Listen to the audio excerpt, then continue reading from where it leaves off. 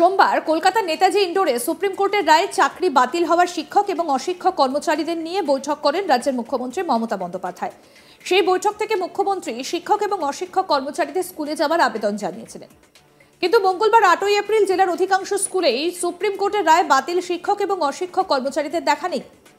মুখ্যমন্ত্রী ঘোষণার পর আশার আলো দেখছিলেন স্কুলের প্রধান শিক্ষকরা, কিন্তু চাকরিহারারা না আসায় চিন্তা বাড়ছে তাদের। নাটশাল হাই স্কুলের প্রধান শিক্ষক বিপ্রনারায়ণ পণ্ডা জানান, আমাদের স্কুলে 1145 জন পড়ুয়া, তাদের জন্য 19 জন শিক্ষক ও 4 জন অশিক্ষক কর্মচারী। তার মধ্যে 3 জন শিক্ষক ও 3 জন অশিক্ষক কর্মচারীর চাকরি বাতিল হওয়ায় বেশ সমস্যা হচ্ছে। পরীক্ষা চালাতে, দেখতে, খাতা কারেকশন করতে বেশ সমস্যা হবে। কবেই সমস্যা দূর হবে সেদিকেই তাকিয়ে আমরা। কি বলছেন প্রধান শিক্ষক বিপ্রনারায়ণ পণ্ডা, শুনবো। আমার শিক্ষক 3 জন, একজন হায়ার সেকেন্ডারি ফিজিক্স আর 2 জন নর্মাল সেকশনের লাইফ সায়েন্সের টিচার। তো 3 জন শিক্ষক হয়েছেন, আর শিক্ষাকর্মীও 3 জন, একজন ক্লার্ক আর 2 জন হচ্ছে গ্রুপ ডি ল্যাবরেটরি অ্যাটেন্ডেন্ট। তারা 3 6 জন। সুপ্রিম কোর্টের যেদিন রায় হয় সেই দিন থেকে তারা কেউই আসছেন না। কালকে ম্যাডাম বলেন না, কেউ আসেননি এবং ওরা যোগাযোগও করেননি কবে থেকে আসবেন, কি করবেন এই নিয়ে কোনো কথাবার্তা কারোর সঙ্গেই হয়নি। কতটা সমস্যার সম্মুখীন হতে হচ্ছে? সমস্যা তো হবে, কারণ আমরা 3টে পোস্ট আমার অলরেডি ভ্যাকেন্সি পড়ে আছে, টিচিং পোস্ট আমার 22টা পোস্ট, আর আমরা 19 জন, আমাকে নিয়ে 19 জন শিক্ষক ছিলাম। তার মধ্যে 3 জন চলে গেলেন। 3 জনের মধ্যে আবার একজন হায়ার সেকেন্ডারি ফিজিক্স এবং 2 জন বায়োসায়েন্স লাইফ সায়েন্সের টিচার। তারা লাইফ সায়েন্সও পড়াতেন এবং নিউট্রিশন সাবজেক্টেও পড়াতেন উচ্চ মাধ্যমিকে। ফলে এই 3টে সাবজেক্ট নিয়ে আমরা খুবই চিন্তিত আছি। তাছাড়া এদের ধরুন গড়ে সপ্তাহে 25 দিনে 75টা ক্লাস, তার সঙ্গে তাদের প্রফেশনাল ক্লাস 4-5টা করে পড়তো সপ্তাহে। ফলে এত ক্লাস কি করে মেনটেন হবে আমি নিজেও বুঝে উঠতে পারছি না।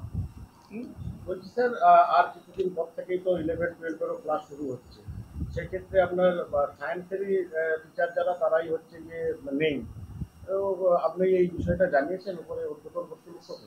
ঊর্ধ্বতন কর্তৃপক্ষকে তো জানানোর কোনো অবকাশ নেই, কারণ তারা নিজেরাও এখনো পর্যন্ত আমাদের জানাননি কোনোভাবে। শিক্ষা দপ্তর, ধরুন এসএসসি বা আমাদের যে অ্যাপয়েন্টিং অথরিটি বোর্ড বা আমাদের যে nearest boss district inspector of school, কেউই বলছেন না আমাদের ওরা আসবেন কি আসবেন না, বা যদি এসে থাকেন কবে থেকে আসবেন, কোনো পাইনি আমরা, কিছু কারো কাছ থেকে কোনো বক্তব্য পাইনি। তবে আমি স্কুল ম্যানেজমেন্টকে জানিয়েছি, তারা সামনে একটা মিটিং ডাকতে বলছেন। এটা আগামী সপ্তাহে 16 তারিখের পরে একটা মিটিং হবে, সেখানেই সিদ্ধান্ত হবে যে ওই সব জায়গায় পড়াশোনাটা কিভাবে কন্টিনিউ করা হবে।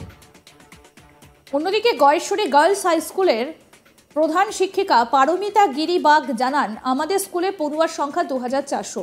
এমনিতে এই বিদ্যালয়ে 8 জন শিক্ষিকার পদ খালি ছিল অনেক দিন থেকে। তারপর 3 জনের চাকরি যাওয়ায় খুব সমস্যার সম্মুখীন হতে হচ্ছে। কি বলছেন প্রধান শিক্ষিকা পারমিতা গিরি বাগ, শুনবো। হ্যাঁ, আমার স্কুলে 3 জন রয়েছেন এই মুহূর্তে, তো আর আমাদের 8টি পোস্ট খালি আছে।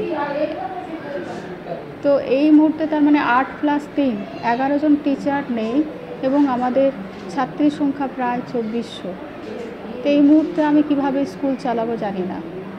এই কারণে কি সরকার সিদ্ধান্ত নেন সেদিকে আমরা তাকিয়ে রইলাম, কারণ খাতা দেখা আছে, ক্লাস নেওয়া আছে, অনেক কিছু ব্যাপার আছে। তো এইচএসেরও একজন আছে, সেখানে এইচএসের পোস্ট অলরেডি একটি খালি রয়েছে, আবার একটি পোস্ট খালি হলো, তাহলে এই সাবজেক্টগুলো কে পড়াবেন? এটা আমার কাছে খুব সমস্যা মনে হচ্ছে, জানি না কীভাবে সমাধান করব। মানে সেশনের শুরুতেই এটা বড় ধাক্কা, বড় ধাক্কা, এবং আমরা জানি না কিভাবে সারা বছর চালিয়ে যাব আর কিভাবে পরবর্তী প্রক্রিয়া গ্রহণ করা হবে সেটাও আমাদের কাছে জানা নেই। প্রসঙ্গত বলি, সোমবার নেতাজি ইন্ডোরে চাকরিহারা শিক্ষক শিক্ষিকাদের স্কুলে গিয়ে ভলেন্টারি সার্ভিস দেওয়ার কথা বলেছিলেন। কি বলেছিলেন এই বিষয়ে মুখ্যমন্ত্রী মমতা ব্যানার্জি, সেটাও শোনাই। যোগ্য টিচারদের চাকরি যাতে কোনোভাবে না যায়, যদি বলে তোমাকে 2 মাসে প্রসেস করতে হবে, আপনাদের তো কেউ চাকরি টার্মিনেট করেনি এখনো পর্যন্ত, করেছে কি? কোনো নোটিশ পেয়েছেন? আপনার বিরুদ্ধে দুর্নীতি না যদি প্রমাণ করতে পারে তো কি আপনাকে কেউ যেতে বারণ করেছে? যান না, আপনি আপনার কাজ করুন না। আপনার কাজ কে বারণ করেছে? আপনারা বাচ্চাদের শিক্ষা দেবেন না? আপনারা বাচ্চাদের পড়াবেন না? আপনারা স্কুলগুলোতে ক্লাস করবেন না? হ্যাঁ, তখন যদি সুপ্রিম ভলেন্টারিলি সার্ভিস কিন্তু সবাই দিতে পারে, সেখানে কিন্তু আটকাবার কোনো জায়গা নেই কারো। সেখানে কি করে আপনাদের চলবে?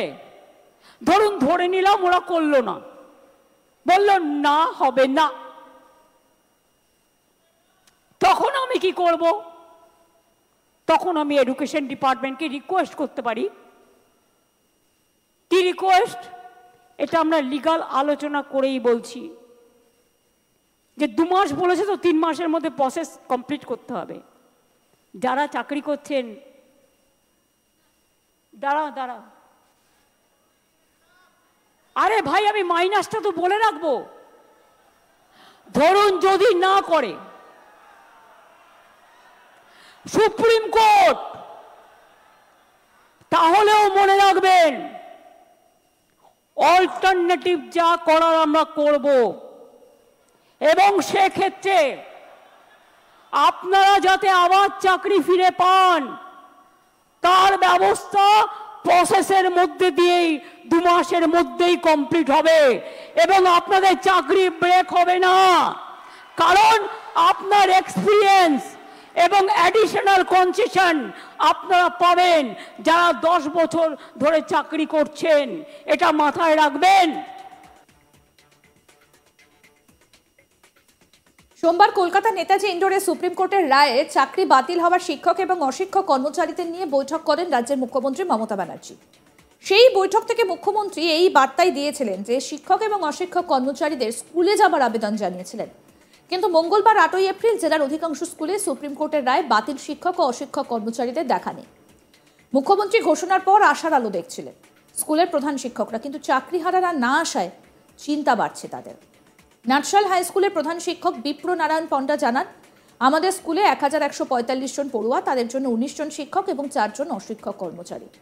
তাদের মধ্যে 3 জন শিক্ষক ও 3 জন অশিক্ষক কর্মচারীর চাকরি বাতিল হওয়ায় বেশ সমস্যা পড়ছে। কি বলছেন বিপ্র নারায়ণ পণ্ডা, শুনবো। আমার শিক্ষক 3 জন, একজন হায়ার সেকেন্ডারি ফিজিক্স আর 2 জন নর্মাল সেকশনের লাইফ সায়েন্সের টিচার। তো 3 জন শিক্ষক হয়েছেন, আর শিক্ষাকর্মীও 3 জন, একজন ক্লার্ক আর 2 জন হচ্ছে গ্রুপ ডি ল্যাবরেটরি অ্যাটেন্ডেন্ট।